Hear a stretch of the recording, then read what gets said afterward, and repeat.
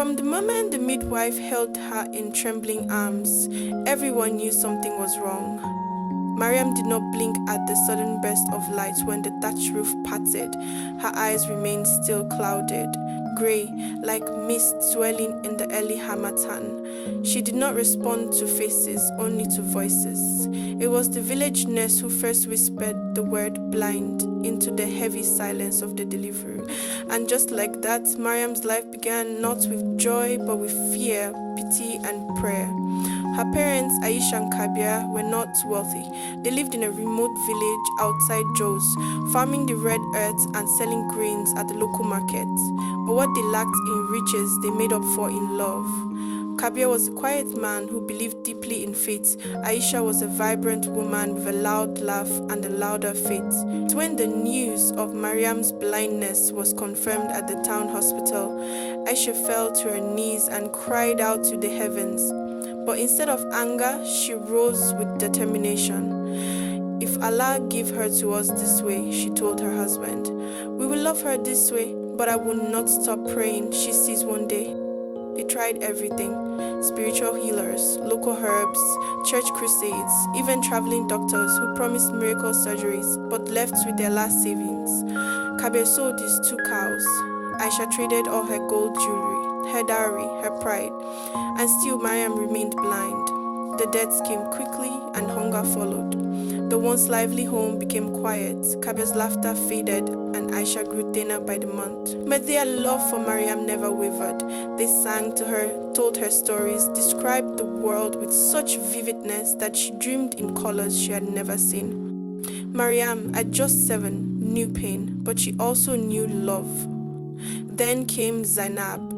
She was the widow of Kabir's late brother, a woman barren and bitter. She had lived alone for years, quietly, watching Aisha build a family and a life she never had. When Kabir offered her a place in their home, it seemed like charity, but envy wears a silent mask. Zainab smiled during the day but moved like a shadow at night. She offered to cook when Aisha fell ill, and it was from her pot that Aisha ate her last meal. A week later, Kabir too fell sick. His skin turned pale, his belly swelled, and he could barely speak. By the time Mariam turned 12, she had lost both parents, buried side by side beneath the mango tree near their home. No one could explain what killed them. The village whispered of poison, but there was no proof. Zainab cried the loudest at the funeral, but Mariam, even in her darkness, felt something different. A chill, a silence that said, "You're alone now." The family elders, unsure what to do with a blind orphan, handed her over to Zainab. "You are her only living relative now," they said. "Take care of her until she is of age."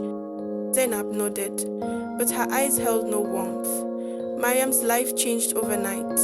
Gone were the lullabies and warm embraces. Her new room was a dusty corner of Zainab's hut, with no bed, no match, just a threadbare wrapper. She was given 1 meal a day, often cold and tasteless. If she asked for more, Zainab would slap her and hiss, "Useless girl, do you think food grows on trees?" She was never sent to school. "What's the point?"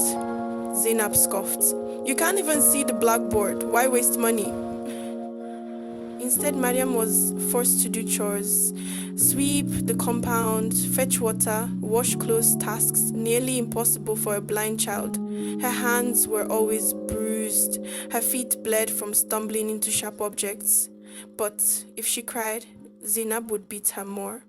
"You killed your parents," the woman would say, her voice dripping with venom. "You brought blindness and death into this house." Telna, every day Mariam wept quietly, clutching the memory of her parents like a fragile doll. She remembered her mother's soft voice, "Even in darkness, there is light in you." Those words became her anchor. When neighbors asked about the girl, Zainab painted herself as a saint. "I'm only trying to train her well," she would say, quoting scriptures, "Spare the rod and spoil the child."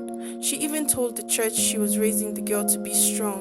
"God bless Zainab," they'd say. But inside that compound, only Mariam knew the truth. Mariam's blindness was not just a condition, it was a label. In the eyes of her stepmother, it meant she was worthless. She would often drag Mariam to the market, not to shop, but to parade her before other women. "See this one," she'd say, "blind and stubborn, a child of sorrow.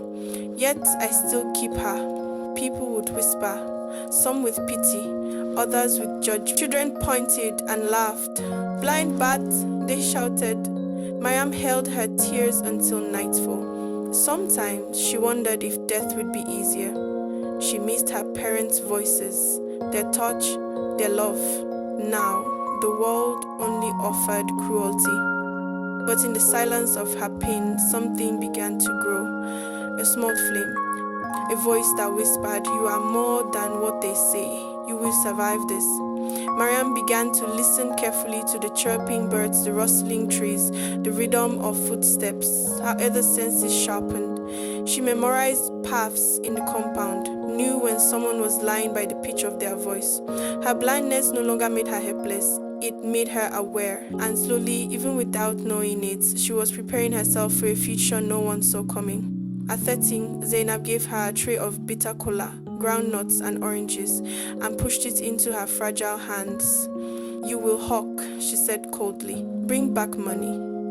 "But Mama Zainab, I can't even see." A slap cracked across her cheek. "You don't need eyes to shout color nuts. Go. If you come back without selling everything, you will sleep outside." That was the first of many days Mariam wandered barefoot around the market square, stumbling, bumping into carts, mocked by people, ignored by most. Some pitied her and bought something. Others laughed. "Blind hawker? Oh my God, bye." When she returned home with fewer sales than expected, Zainab dragged her by the arm and beat her till her skin turned red. "Go back. You're not sleeping until you sell everything." So, even at night, Mariam was sent back into the streets. It happened again and again, until Mariam became known as the blind girl who hawks in the dark. People pitied her, yes, but no one stepped in. In the village, children like her were seen as burdens or punishment from God. But one night, something strange happened. It was almost 9 p.m. and she still hadn't sold the last of her goods. She stood near the bus park, scared and tired. Then, a sleek black car stopped in front of her. A man stepped out tall, well-dressed, with a soft voice. "What's your name?" he asked. "Mariam," she whispered, clutching her tray tightly. "Who sent you out here this late?" She hesitated. My mother." He didn't ask further. Instead, he paid for all the items on the tray, 10 times their value, and offered to drop her home. Mariam sat in the back seat, trembling. The leather felt like clouds compared to the rough wrapper she slept on. The man didn't touch her or ask questions, just silence and a soft-spoken driver. When they reached Zainab's house, she rushed out with a forced smile. Thank you, sir. Thank you for helping my daughter." The man didn't answer. He simply nodded, entered his car, and drove away. As soon as he was gone, Zainab dragged Mariam inside, locked the door, and unleashed her fury. "Stupid girl, so now you follow men, blind prostitutes. What did you tell him? Did you beg him? Did you embarrass me?" She stabbed Mariam repeatedly, then threw the tray at her. "No food for you tonight or tomorrow. Let hunger reset your brain." The knock came at dawn, loud, impatient, like the knock of a tax collector or a man bringing bad news. Mariam was sweeping the compound, her blind eyes following the familiar path, the broom dancing across the red earth by muscle memory alone. Zainab answered the door, her wrapper half-tied, face puffed from sleep. But when she saw the man standing before her, she straightened quickly. It was Alhaji Idris' driver. Alhaji Idris, the man people whispered about. A reclusive billionaire known for building schools, tearing them down, and rebuilding them again if the paint didn't match his mood. He owned the biggest estates in Abuja, had 5 wives already, and a cold heart that matched the size of his bank account. Some said he once fired his chef because the rice was too quiet. Others claimed he'd buried his servant alive for stealing bottled water. Zainab offered the driver a seat, but he waved it off. Alhaji said I should come see the girl. "Girl?" Zainab asked, pretending not to understand. "The blind one." Zainab sucked her teeth. That one? She's just a burden. What does Alhaji want with a blind girl? The driver shrugged. He said he's looking for a sixth wife. She must be obedient, quiet, and of no threat to his empire. He heard about the blind girl and said maybe she'd do. For a moment, Zainab hesitated, but then she looked over at Mariam's skin covered in dust, eyes staring into nothing, and a wicked idea bloomed in her mind. She's ready. When does he want her?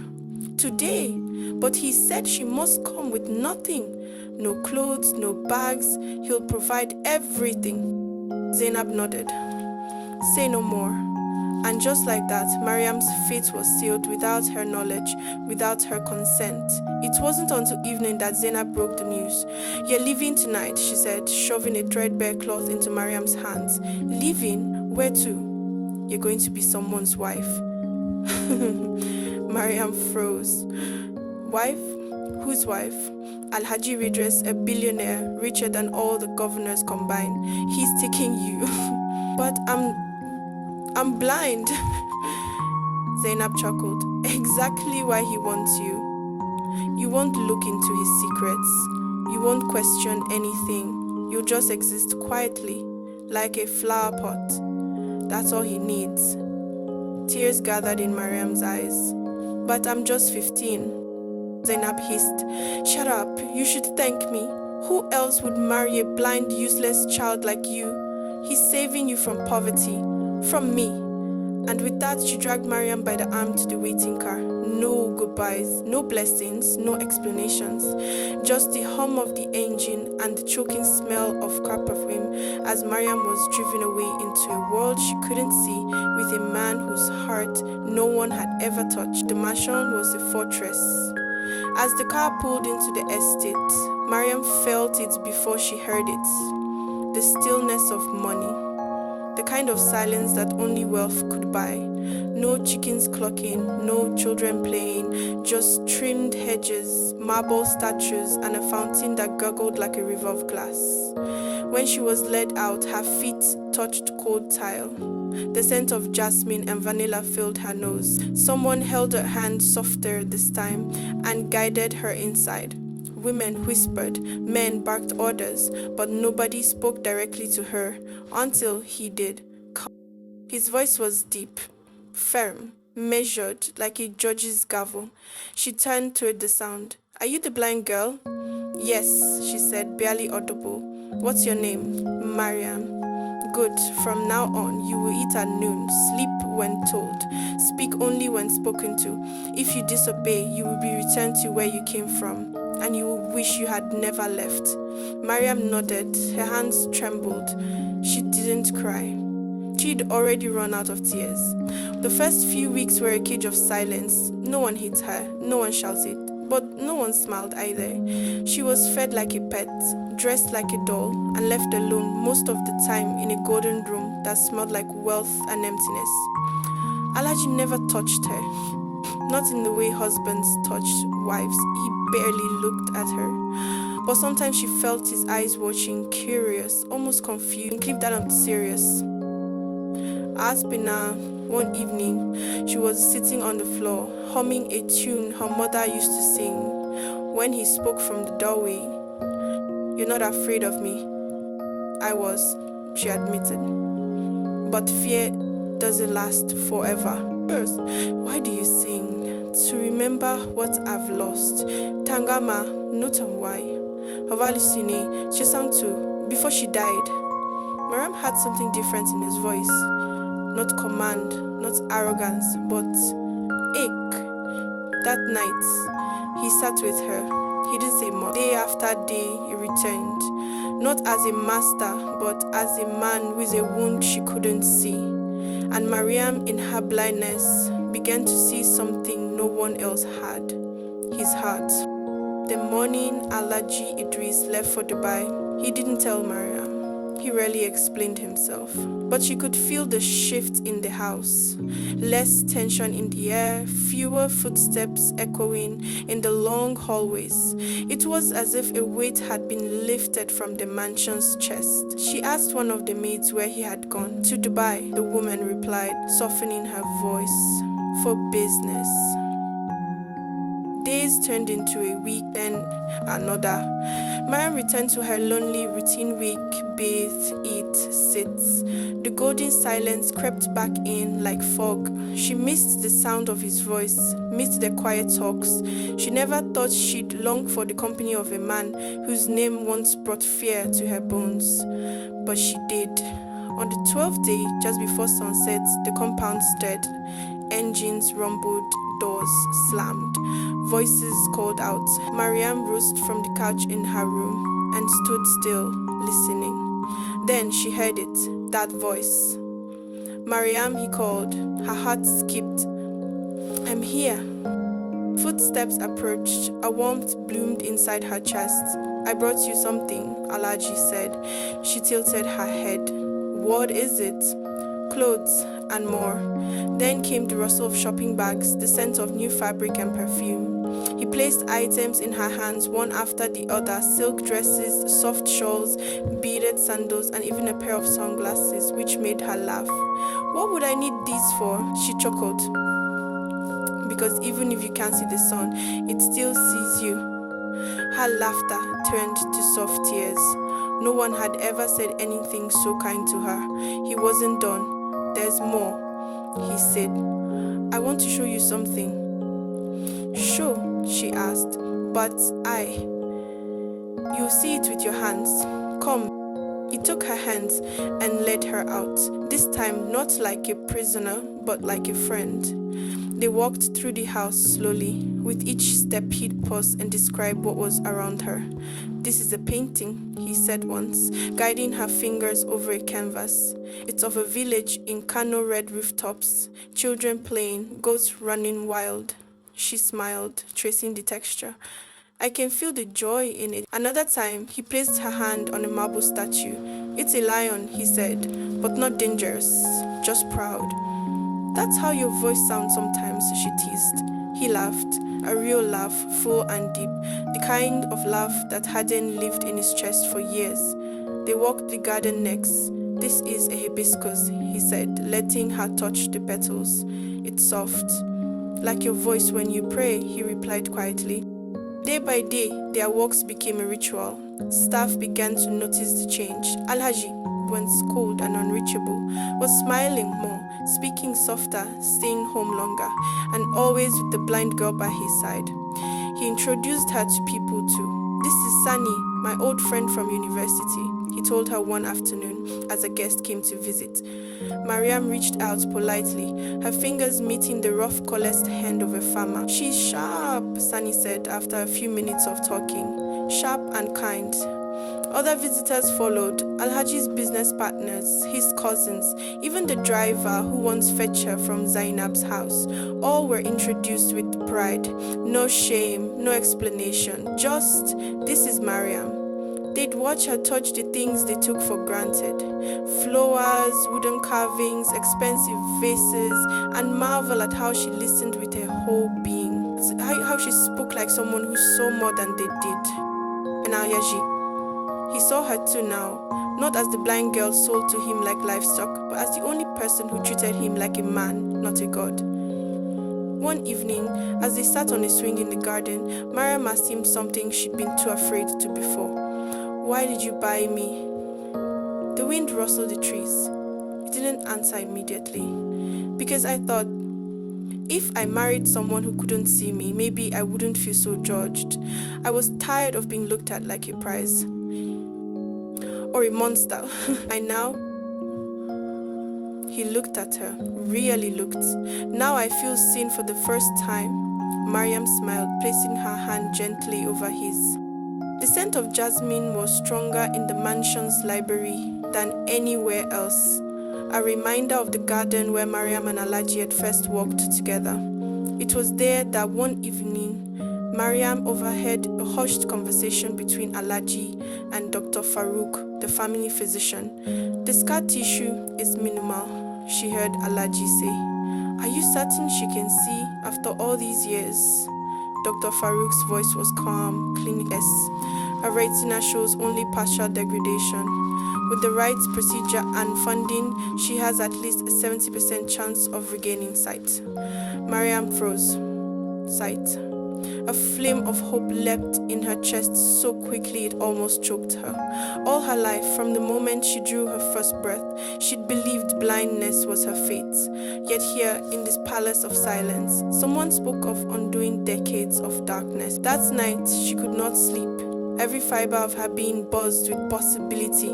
Had Alhaji brought her here, not only for companionship, but to heal her? Or was this some mistake?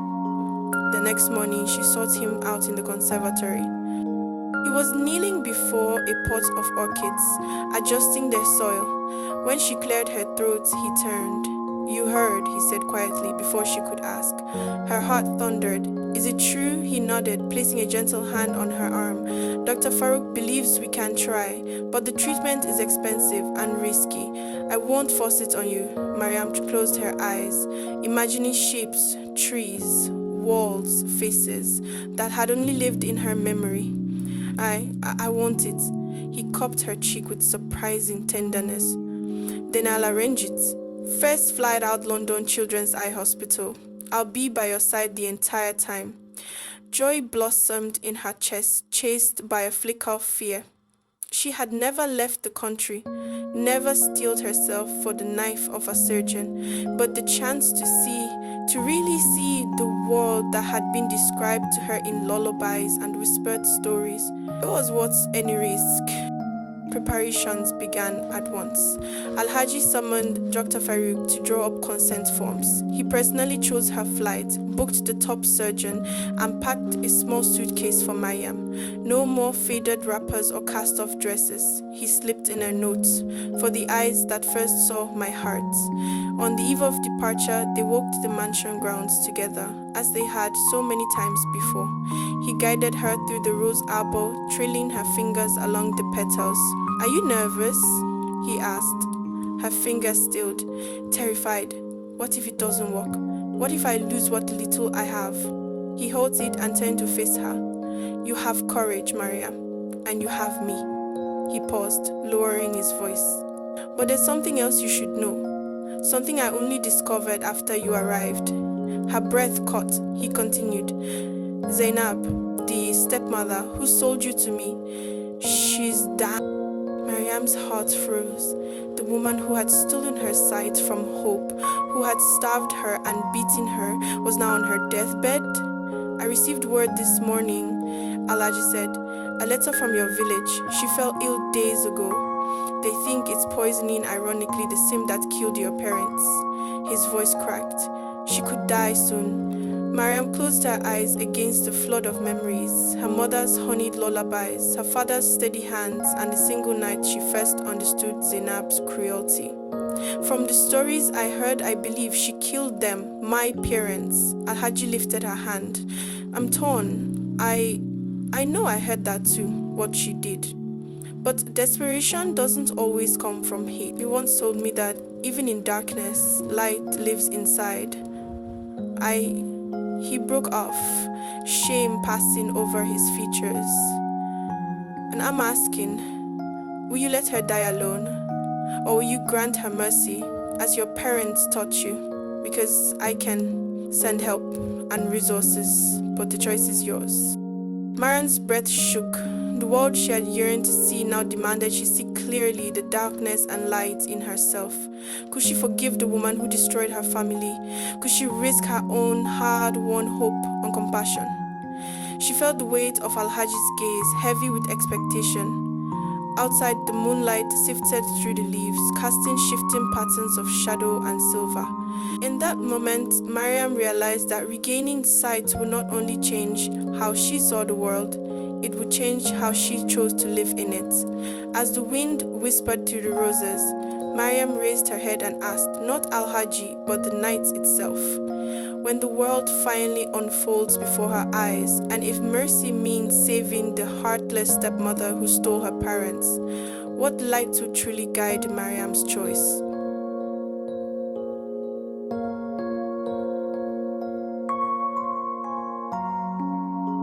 If you were Mariam, what choice would you make?